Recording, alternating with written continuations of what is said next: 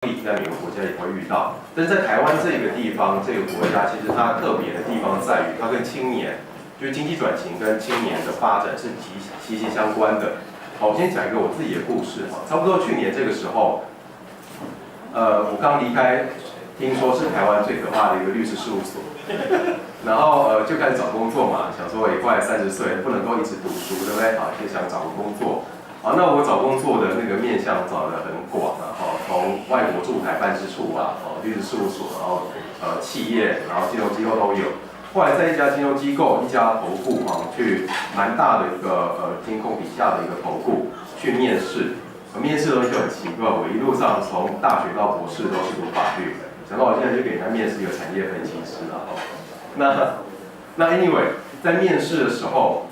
大概先给组长面试，那组长面试完再给副总面试嘛。好，那副总面试的时候，竟然劈头问我一个问题，让我感受非常深刻。各位猜看他劈头问的第一个问题是什么？你想待多久？你是不是把我这里当跳板 ？OK， 大家会觉得说，在台湾的话，如果你在企业找工作，如果你花比较多时间在读书的人。被问这样的问题，你会觉得还好吧？可能说老板至少是肯定我的条件才会问这样的问题。但是让我比较沮丧的是，问这个问题的人是一个爱尔兰人，他是一个来自爱尔兰的主管，在投顾里面做这个分析师出身的主管。这意味着台湾企业的普遍缺乏自信，不是个别的，也不是个人的，而是全面普遍的。意味着台湾的企业对于网罗一个他认为花比较多时间读书的一个新员工是有恐惧感。他说你做1年拿到了一个基本的经验，你就要走。他说你做没有多久，你就把我当跳板，然后跳去别的地方。这意味着什么？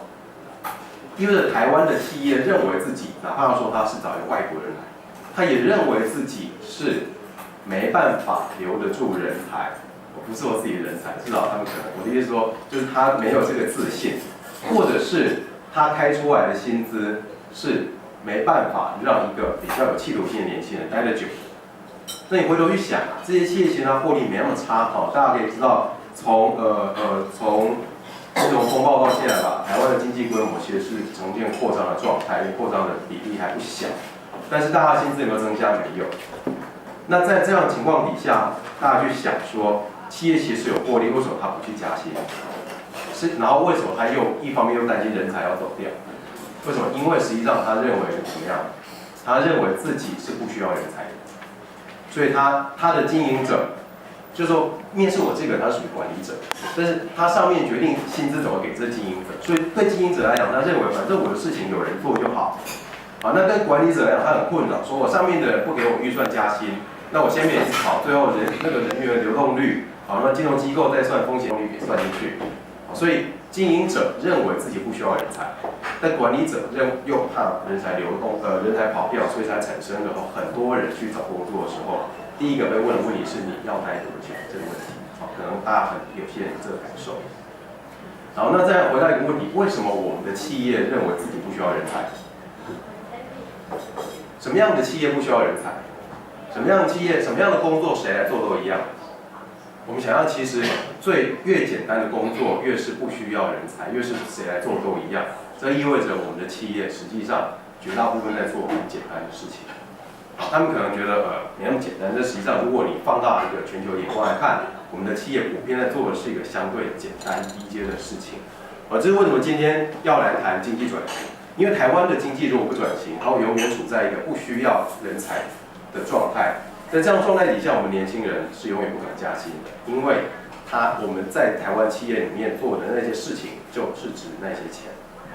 你再去跟他说 GDP 到哪里去了，经济产为什么没跟你分享？他会告诉你，因为你在我这里做的事情可替代性是比较高的，所以他敢这样子开低薪，就是经营者敢这样开低薪，那造成当然下面管理者的一些困难。好，那接下来呢，我们就来看到说，那么台湾经济转型跟青年有什么关系？我知道在场其实有我们的上一辈的玉溪的爸爸，还有刚才的陈医师，还有电影的爸爸，所以会比较抱歉，就接下来讲的话可能是上一辈的这个长辈们比较不愿意听到了。好，那其实我为这个状况，我预备了一个小梗。好，我昨天晚上没有在做 PPT， 昨天晚上在做什么呢？在看一部电影叫《浴血任务》第3集。《浴血任务》第2集号称暑假最硬的爽片嘛。好，那它的特色是什么？《浴血任务》的前2集都是头发花白那种，就是有点过气的这个动作片明星，阿诺·施瓦辛格怎么去演，对不对？好，那第3集的时候发现说啊，再这样下去，就是在这么老的人再去出《浴血任务》可能会死光，所以呢，怎么样？这个老板就找一批年轻人来出《浴血任务》，结果年轻人怎么样？经验不足，对不对？好，所以呢，都被抓去变父母，最后怎么样？被老人救出来。所以我的意思是说，这个小梗是说，即便我后面会讲这些可能老一辈比较不爱听的话，但是其实我心里面觉得实际上台湾最好的状态应该是老人，就是说上一辈跟我们这一辈通力合作，发挥所长，一起来努力。但是我今天的方向还是会朝说年轻人可以怎么做，为什么需要年轻人出来促进经济转型，还有政治面、政策面层面怎么做来进行。好，所以首先我会谈的是台湾的经济困境，在我看来是一个世代问题。那么台湾的经济转型，在我看来要靠世代的交替。那为什么？因为我们处在一个全球化的时代里面，老的套路、老的方法是打不进全球市场。然后再来呢，利空高归吗？不是，要好像伟大的广告。好，我们来看为什么台湾的经济困境也是一个世代问题。这里我给它一个标题，就是世代正义，它不只是一个分配问题，它也是一个效率问题。好，当我们谈世代正义的时候，我们经常谈的是世代剥削。好，比方说老一辈的，特别是公务人员的高退休金、高退休所得替代率，还有高房价造成年轻人生活难以维系、难以结婚生子这种问题，这是分配层面的。但是世代的正义也有它效率层面的问题。好，最基本的，年轻人学的东西是最新的，老人呢，老一辈的他当时再怎么优秀，实际上进入职场之后不可能持续的像年轻人这么密集的学习。所以年轻人学到的东西是目前最新的东西，所以如果年轻人的专才学的东西无法被发挥的话，对整个经济体系来讲是很大的浪费，也就是无效率的投入。好，那么这样子无效率的投入造成什么问题呢？我们看第一个问题，就是在我们这个经济体里面，经营者通常认为价格的重要性大于价值，其结果最后连代工都没有得做。我有一个学长，他是美国名校毕业，那么在北京跟我同一个学校，他读 MBA， 我读法学博士。好，那在中国大陆呢，实际上他已经做过挺高阶的一个主管的工作了。好，那因为受不了那个中国大陆环境，所以回来台湾。好，那回来台湾找工作呢，经常碰壁。经常碰壁原因不是人家不要他，让他听完之后昏倒不愿意去。他跟我讲过他去面试的一个最经典案例是什么？人家问他，这个是一个代工厂，专门做代工。但人家问他说，怎么样降低价格？怎么样降低那个代工的价格，来让我的客户留住？但我学长回答说，其实你不应该去谈如何降低价格，应该谈的是，即便做代工，怎么样让你代工上面有更多的功能，去拉高价值。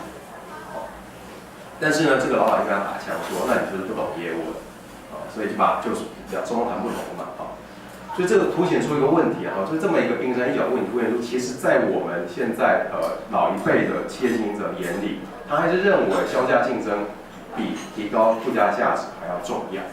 好，那第二个问题是产品大于行销，都忘了呢掏钱的其实是消费者，而不是工程师。什么叫产品大于行销？大家知道 HTC， 今天会经常举 HTC， 不是特别讨厌他，不是因为他面试放我歌，而是因为呢这个其实它是台湾品牌一个很经典的失败案例。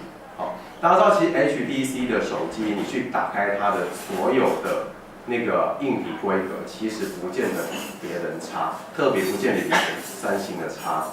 但是它输在哪里？它输在行销。好，三星它会去赞助一些国际性的赛事，即便韩国人不看这些比赛。你比方说 F1 赛车，比方世足赛韩国人很会看，比方 NBA 也是不是那么